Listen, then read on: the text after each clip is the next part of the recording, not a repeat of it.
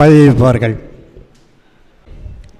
தென்னாடுடைய சிவனையை போற்றி எந்நாட்டவருக்கும் விரைவாக போற்றி.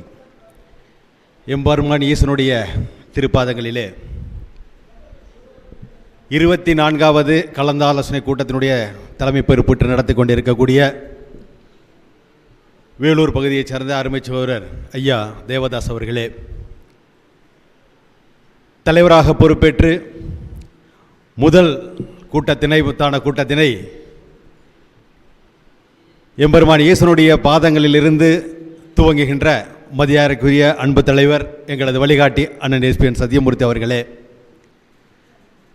அவர்களோடு தோள் நின்று பயணித்துக் கொண்டிருக்கக்கூடிய பொதுச் செயலாளர் ரமையா ராமகண்ண அவர்களே, பொருளாளராக பதவியேற்று சிறப்பான முறையில் வழிநடத்தி கொண்டிருக்கக்கூடிய அருமை சகோதரர் வழக்கறிஞர் சுரேஷ்குமார் அவர்களே, தன்னுடைய ஆயுள் காலங்களிலே பாதியை இந்த சமூகத்திற்காக செலவழித்து இன்னும் கூட எங்களுக்கு வழிகாட்டி கொண்டிருக்கக்கூடிய அருமையா சீயன் அவர்களே, பொன்னமலம் ஐயா அவர்களே, எனது அருமைமாமா அறிவுலகன் அவர்களே, இந்த கூட்டத்திலே எங்களோட பயணித்திருக்கக்கூடிய அருமை சகோதரர் விஜயகுமார் அவர்களே மற்றும் நம்முடைய உறவுகள் அனைவருக்கும் இந்த மாலை பொழுதிலே ஞாயிற்றுக்கிழமை இந்த மாலை வாரமெல்லாம் உழைத்து இந்த ஞாயிற்றுக்கிழமை ஒரு நாள் தான் குடும்பத்தோட பிள்ளைகளோட சந்தோஷமாக இருக்கக்கூடிய நேரத்தை கூட இந்த சமூகத்திற்காக செலவழிக்கிறேன் என்று இங்கே வருகை தந்திருக்கக்கூடிய நமது உறவுகள் அனைவருக்கும் முதல்கண் நன்றி கலந்த வணக்கம். இந்த மண்ணுக்கும் இந்த சமூகத்திற்கும் மிகப்பெரிய உறவு, இந்த மண்ணுக்கும் இந்த சங்கத்துக்கும் மிகப்பெரிய உறவு இருக்கிறது. இதை இந்த இடத்திலே நாம் நினைவு கூற வேண்டும் என்பது என்னுடைய கடமை. இங்கே இருக்கக்கூடிய அனைவர்களுக்கும் தெரிந்திருந்தாலும் கூட வெளியூரிலிருந்து வந்திருக்கக்கூடிய எங்களை போன்ற நபர்களுக்காக சொல்லக்கூடிய விஷயம், ஆயிரத்தவர் நகரத்தார் வணிகர் சங்கம் என்ற ஒரு சங்கம், இன்றைக்கு இருக்கக்கூடிய மத்திய வெள்ளாஞ்செட்டியார் சங்கம் போல ஒரு சங்கம் 1613 இந்த மண்ணிலே நடந்ததாக ஒரு சரித்திரம். 1613 16வது நூற்றாண்டிலே 500 அவர்கள் இருந்த காலத்திலே ஒரு சங்கம் அமைத்து நமக்குள்ள ஒரு கூட்டமைப்பை ஏற்படுத்தி இந்த திருவண்ணாமலை மண்ணிலே ஒரு சங்கத்தை வழிநடத்தி இருக்கிறார்கள். பச்சையப்ப செட்டியாருடைய மகன் அழகப்ப செட்டியார் அதற்கு தலைவராக இருந்து வழிநடத்தியிருக்கிறார். அந்த சங்கத்துடைய முக்கிய நோக்கமாக தன்னுடைய சொந்த வருமானத்திலிருந்து வரக்கூடிய ஒரு 10% லாபத்தை மகேசனுடைய ஈசனுடைய திருப்பாதத்தினுடைய அவருடைய அபிஷேகத்திற்காகவும் உச்சிகால பூசையில் நடக்கக்கூடிய அங்கு வந்து கலந்து கொள்ளக்கூடிய பக்தர்களுக்கு உணவளிக்க வேண்டும் என்பதற்காக அவருடைய வருமானத்தில் 10% அதற்கு செலவழித்தார்கள் என்பது ஒரு வரலாறு. அந்த மண்ணிலே இன்றைக்கு மத்திய வெள்ளாம் செட்டியார் சங்கம் 40 ஆண்டுகளுக்கு பிறகு மிகப்பெரிய ஒரு மாநாட்டை நடத்த வேண்டும் என்ற ஒரு கோரிக்கையை முன்னெடுப்பி நாம் எல்லாம் ஒன்று சேர்ந்திருக்கின்றோம். ஒரு கோயிலை நிர்வகிப்பது என்பதும் ஒரு கோயிலை கட்டுவது என்பது ஒரு காலத்திலே 1613 என்பது பார்த்தீங்கன்னாக்க அன்னைக்கு மன்னராட்சி காலத்திலே ஒரு மன்னர்கள் செய்யக்கூடிய வேலை. ஒரு ஊரை நிர்மாணிக்கிறார்கள் என்று சொன்னால் அந்த ஊரில் ஒரு கோயிலை நிர்மாணிப்பார்கள். அந்த கோயிலை கட்டுவதற்கு ஒரு ஸ்தாபர்கள் அந்த ஸ்தபதியை கொண்டு வருவார்கள். அந்த ஸ்தபதிக்கு உதவி செய்வதற்கு உதவியாளர்கள், அவர்களுக்கு ஒரு உணவு சமைப்பதற்கு உணவு தயாரிக்கக்கூடிய அந்த உழவர்கள் என்று ஒரு ஊரை உருவாக்குவார்கள். அந்த மன்னர்களுக்கு பிறகு ஒரு கோயிலை நிர்வகிக்கக்கூடிய ஒரு சமூகம் என்று ஒன்று இருந்தது என்று சொன்னால் அது செட்டியார் சமூகம், நமது சமூகம் தான். அந்த பெருமையை நாம் விட்டுவிடக்கூடாது. அதையும் தாண்டி இந்த மண்ணில் இருக்கக்கூடிய நம்முடைய ஈசனுடைய திருக்கோயிலை 1905 ஆண்டு நமக்கு சுதந்திரமே வாங்குவதற்கு முன்னாடி 1905 12 லட்சம் ரூபாயை செலவழித்து கும்பாபிஷேகம் நடந்ததாக ஒரு வரலாறு. உண்டா இல்லை என்பது இங்க இருக்கக்கூடிய நபர்களுக்கு தெரியும். உண்டா இல்லையா? 12 லட்சம் 1905 12 லட்சம் ரூபாய் என்று சொன்னால் இன்னைக்கு 100 கோடி ரூபாய்க்கு சமம். உண்டா இல்லையா? 100 ஆண்டு காலங்களாயிடுச்சு. அன்னைக்கு 12 லட்சம் ரூபாயை கோட்டையூர் நகரத்தார் ஆனா பேனா குடும்பத்தார்கள் முழுவதும் அவருடைய செலவாலை செய்து இன்றைக்கு மிகப்பெரிய ஒரு திருப்பணியை செய்திருக்கிறார்கள் இந்த மண்ணிலே. அதே போல இது ஈசனுடைய இருக்கக்கூடிய அம்மன் சன்னதியாக இருக்கட்டும், ஈசனுடைய சன்னதியாக இருக்கட்டும், அந்த கணபதியுடைய சன்னதியாக இருக்கட்டும், கொடிமரமாக இருக்கட்டும், இங்கு இருக்கக்கூடிய கிட்டத்தட்ட 5க்கும் மேற்பட்ட மடங்களாக இருக்கட்டும், இன்னைக்கு நகரத்தார்கள் நம்முடைய செட்டியார் சமூகமும் இன்னைக்கு நிர்வகித்துக் கொண்டிருக்கிறது. மிகப்பெரிய ஒரு ஆன்மீக பணியை செய்து கொண்டிருக்கிறார்கள். அந்த மண்ணிலிருந்து வீர் கொண்டு எழக்கூடிய நேரம். கிட்டத்தட்ட 24 கலந்தாய்வு கூட்டங்கள் புதுக்கோட்டையிலே துவங்கியது. புதுக்கோட்டையில் துவங்கி பல்வேறு இடங்களிலே புதுக்கோட்டையில் துவங்கிய அந்த புயல் பல்வேறு பகுதிகளில் மையம் கொண்டு இன்றைக்கு உங்களுடைய பகுதியில் இருக்கிறது. டிசம்பர் 29 அன்று திருச்சியிலே கிட்டத்தட்ட 200 மைல் வேகத்திலே நம்ம கரையை கடக்கும் இந்த புயல் என்று எதிர்பார்க்கிறோம். எப்படி நம்ம எல்லோருடைய ஒத்துழைப்போடு அந்த மாநாடை வெற்றி பெற செய்ய வேண்டும். அருமையாக சொன்னார்கள் என்ன பழனிவாசன், ஏன், எப்படி, எதற்கு என்று தனக்குள்ளே கேள்வி கேட்டுக்கொள்ள வேண்டும். நல்ல மாடையில் வந்தோம், மைக்கை கொடுத்தாங்க, சூப்பராக பேசணும். ஆனால் அது வெற்றி அல்ல. அரசியலில் நான் வெற்றி பெற வேண்டும், சமூகத்தினுடைய எழுச்சி பெற வேண்டும், கல்வியில் வெற்றி பெற வேண்டும். ஒரு சமூகம் என்பது அவளுடைய வாழ்க்கையில் வெற்றி பெற வேண்டும். அந்த சமூக வளர்ச்சி என்பது 2 விஷயத்தில் தான் இருக்கு. ஒன்று கல்வியால், இன்னொன்று அரசியலால். அரசியலால் வெற்றி பெறாமல் ஒரு சமூகம் அவருடைய அந்தஸ்தை முழுவதாக பெறுவதற்கு வாய்ப்பே கிடையாது. நம்மளை ஒரு அரசியல் கட்சி திரும்பியே பார்க்கல. ஏன் தெரியுமா? உண்மையா இருக்கிறதுனால. ஒன்று, காசு வாங்கிட்டு ஓட்டு போடக்கூடிய சமூகத்தை எல்லா அரசியல் கட்சியும் திரும்பி பார்க்க உண்டா இல்லையா? காசு வாங்கிட்டு ஓட்டு போட்ட கட்சியை எல்லா கட்சியும் பார்க்க, ஏதாச்சும் ஒன்றை கொடுத்து நம்ம ஓட்டை வாங்கிட முடியாதா அப்படின்னு சொல்லிட்டு. அல்லது ஒரு தலைவர்கள் பின்னாடி மட்டுமந்த கூட்டம் மாதிரி ஒட்டுமொத்தமாக ஓடக்கூடிய கூட்டத்தை பார்த்தாக்க போட்டுருவாங்க. அவங்க பக்கம் திரும்பி பார்க்காங்க. காசு வாங்கிட்டு நாங்கள் ஓட்டு போட மாட்டோம், யாரு வச்சே நாங்கள் கேட்க மாட்டோம், ஒன்றாவும் ஒரு சார்ந்து யாருக்கு நாங்கள் ஓட்டு போட மாட்டோம். அப்படிங்கும் போது இந்த வாக்கு யாருக்கோ ஒன்றா போய் அக்குமுலேட் ஆகாமல் தனித்தனியாக பிரிஞ்சு விடுவதனால் எந்த ஒரு அரசியல் கட்சியும் இந்த செட்டியார் சமூகத்தை திரும்பி பார்க்கவில்லை. இதுதான் உண்மை. அவங்க திரும்பி பார்க்காததுக்கு மிக முக்கியமான உண்மை. 10% இருக்கலாம், நம்ம பேசிக்கிறோம் 10%, கிட்டத்தட்ட 10 கோடி பேர் இருக்கக்கூடிய தமிழகத்தில் நாம் 10% என்பது 1 கோடி நபர்கள் இருக்கிறோம். உறக்க சொல்லலாம். அதனால பயன் என்ன? 63 பிரிவுகள் இருக்கிறோம். இது போக இன்னும் இதில் சேர்க்கப்படாத பிரிவுகள் என்ன கேட்டால் கிட்டத்தட்ட 85 பிரிவுகள் இருக்கும். இருக்கட்டும், அத்தனை பிரிவுகளும் ஒரு குடையின் கீழ் வந்து தன்னுடைய தேவையை ஒருமித்த குரலாக கேட்கிறது என்றைக்கோ அன்றைக்கு தான் நமக்கு விடிவு காலம் என்பது. அந்த காலம்தான் டிசம்பர் 29. டிசம்பர் 29 என்பது தலைவர்கள் தங்கமான தலைவர், நம்ம கிடைச்சிருக்கக்கூடிய தலைவர். அண்ணா உண்மையா அவரை மேடையில் வச்சுக்கிட்டு நம்ம புகழ்ந்து பேசுவது ஒரு முகஸ்துதியாக கூட இருக்கலாம், அப்படி நான் சொல்லலை. ஒரு தலைவர் என்பது பார்த்தீங்கன்னா சாதாரண ஒரு நபருக்கு ஒரு பிரச்சனை என்று சொன்னால் உடனடியாக அதற்காக குரல் கொடுக்கக்கூடிய ஒரு தலைவராக இருக்க வேண்டும். கிட்டத்தட்ட அவருடைய ஆயுள் காலத்தில் 30-40 ஆண்டு காலங்கள் தமிழகம் முழுவதும் அத்தனை பகுதியிலும் சுற்றுப்பயணம் செய்து சங்கம் வளர்ப்பதற்காக அல்ல, அனைத்து பிரச்சனைகள் அவருடைய சொந்த விஷயத்திற்காக கூட அனைத்து பகுதியிலும் சுற்றுப்பயணம் செய்து தன்னை ஒரு நபராக, தன்னை இந்த சமூகத்தில், இந்த சமுதாயத்தில், சமுதாயம் என்பது நம்மளை மட்டும் சொல்லல, ஒட்டுமொத்த சமூகத்துக்குள் ஒரு நபராக அடையாளம் காட்டக்கூடிய நபராக தன்னை வளர்த்து எடுத்திருக்கிறார். அப்படி என்றால் ஒரு செட்டியார் சமுதாயத்தில் ஒரு சிறுபான்மையாக மற்ற சமூகம் கருதக்கூடிய இந்த செட்டியார் சமுதாயத்தில் பிறந்திருக்கக்கூடியவர் தன்னை நிலைநிறுத்திக் கொள்வதற்காக போராடக்கூடிய விஷயங்கள், பணத்துக்கு அப்பாற்பட்டு போராடக்கூடிய விஷயங்கள் எவ்வளவு இருந்திருக்கும். இன்னைக்கு திராவிட முன்னேற்ற கழகமாக இருக்கட்டும், அனைத்து இந்திய அண்ணா திராவிட முன்னேற்ற கழகமாக இருக்கட்டும், எந்த ஒரு கட்சியாக இருக்கட்டும், ஆளுகின்ற கட்சி எதுவாக இருந்தாலும் கூட நேரடியாக ஒரு கதவை திறந்து கொண்டு ஒரு தலைவரோடு பேசுவதற்கு வல்லமை படைத்த ஒரு தலைவராக இருக்கக்கூடிய நமக்கு சங்கத்துடைய தலைவராக கிடைத்திருக்கிறார். இதுதான் சரியான தருணம். இதுதான் சரியான தருணம் நம்முடைய சமூகம் ஒன்றுபடுவதற்கு.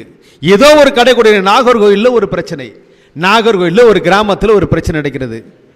அங்கே இருக்கக்கூடிய நபர் கூப்பிட்டு தலைவரே எனக்கு இந்த ஒரு பிரச்சனை என்று சொன்னால் அடுத்த நிமிடம் அதற்கு பக்கத்தில் இருக்கக்கூடிய ஒரு நபரை தனிப்பட்ட முறையில் கூட சென்று அந்த பிரச்சனையை சால்வ் செய்வதற்கு அனுப்புவதற்கு ஒரு வல்லமை படைக்கக்கூடிய தலைவர்.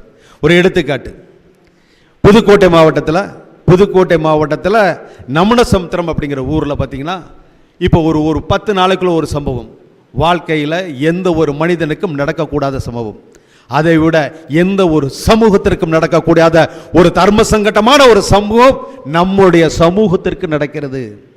தொழிலில் வீழ்ச்சி பெற்ற ஒரு நபர் ஓஹோன்னு வளர்ந்திருக்கிறார். அகரமல்லான் செட்டியாருடைய சொந்தம் என்று அப்புறம் நம்ம பதிவுகளில் பார்த்தேன்.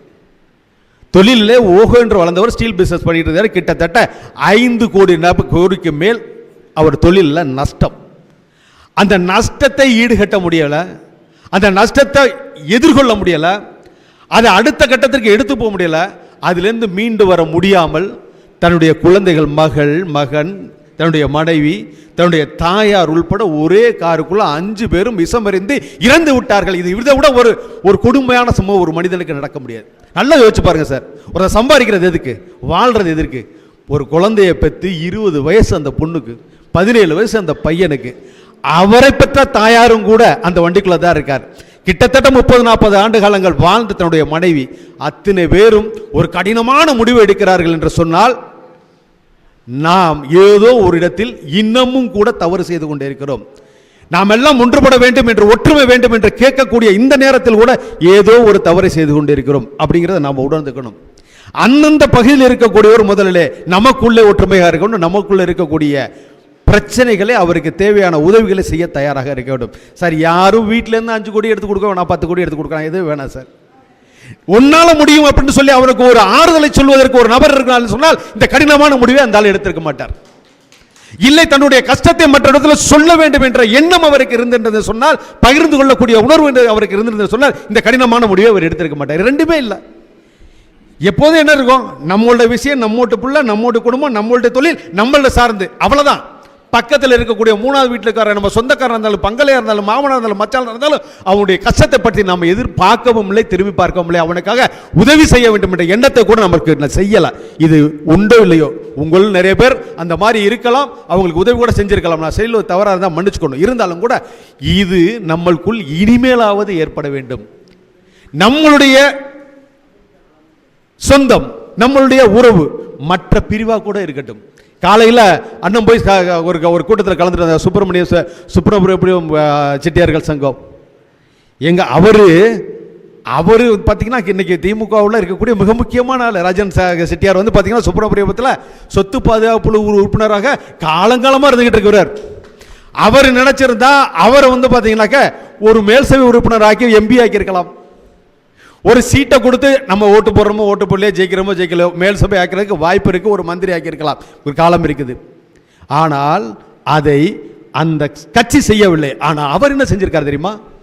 அவர் இன்னைக்கு ஆலங்குடி சட்டமன்றத்தில் இருக்கக்கூடிய ஒரு சட்டமன்ற உறுப்பினராக ஒரு மந்திரியாக ஆக்கி இருக்கக்கூடிய பெருமை அவரை சேரும். மாற்று சமூகத்தை சார்ந்தவராக இருந்தாலும் கூட இன்றைக்கும் அந்த சமூகத்தை சார்ந்திருக்கக்கூடிய மையநாதன் அவர்கள் ராஜன் செட்டியார் அவர்களை மனதார குருவாக ஏற்றிருக்கக்கூடியவர், ஆலங்குடி சட்டமன்றத்தினுடைய உறுப்பினராக இருக்கக்கூடியவர். அவருக்கு சீட்டு வாங்கி கொடுத்து அவரை ஜெயிக்க வச்சு அவருக்கு மந்திரியாக்கி அழகு பார்க்கக்கூடிய நம்முடைய சமூகத்தை சார்ந்தவர் அந்த இடத்துக்கு தான் போயிட்டு வந்தாங்க.